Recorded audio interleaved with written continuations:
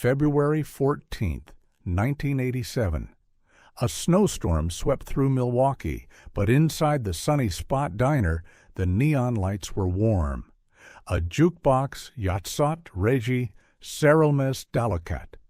Couples drank bad coffee, and in the back of the diner, something unspeakable happened.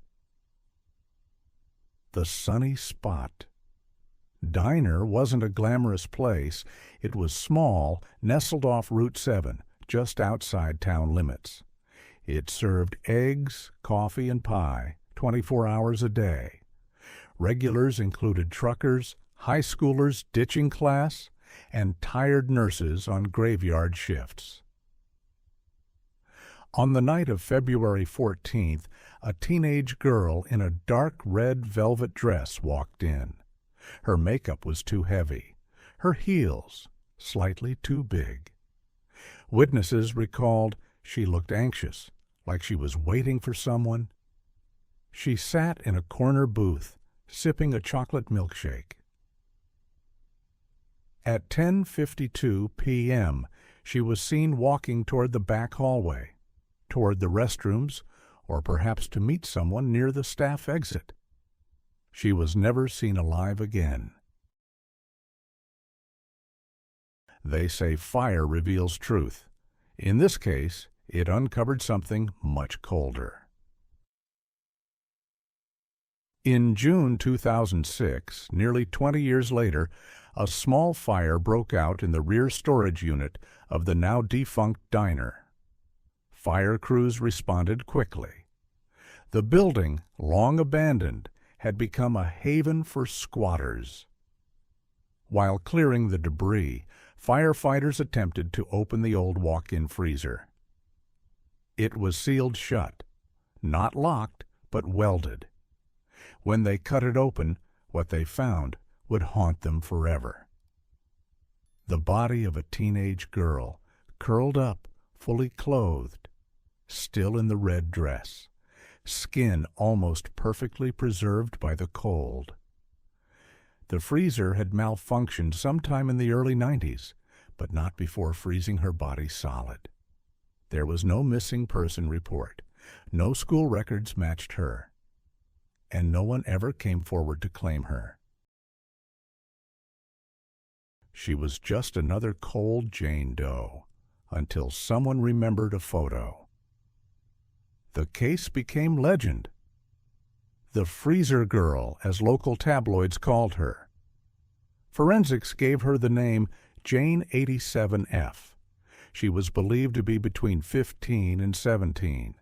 No dental matches, no fingerprints, but advanced isotope analysis suggested she had grown up within 150 miles of Milwaukee.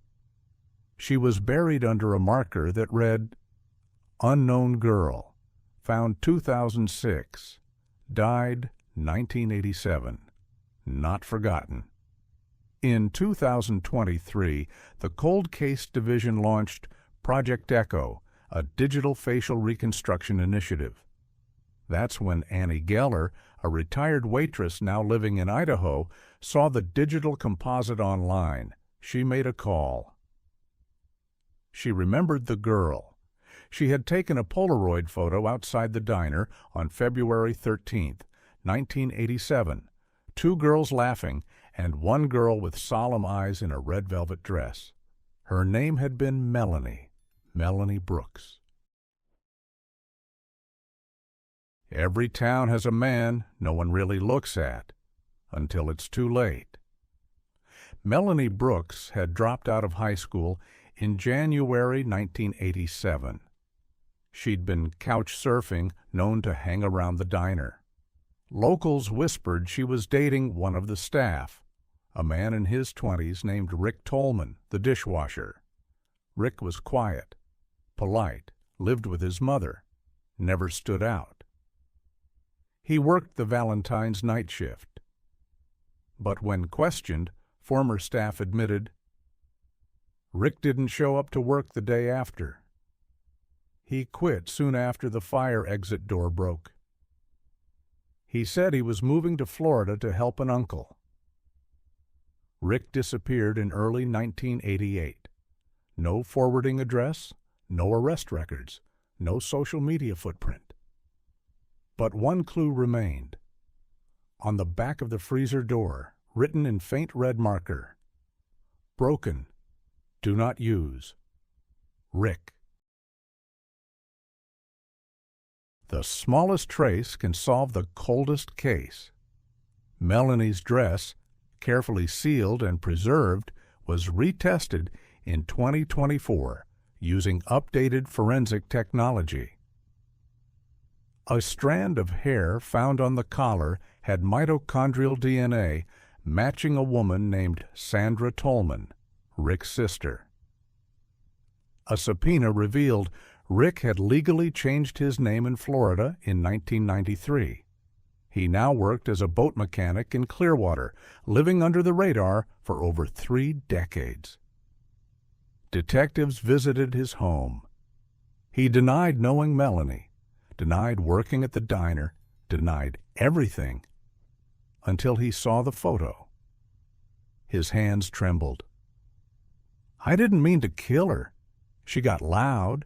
She said she'd tell the manager. I just meant to scare her," he confessed. He had lured Melanie to the back to talk. Things got heated. He pushed her. She hit her head. He panicked. The freezer was empty.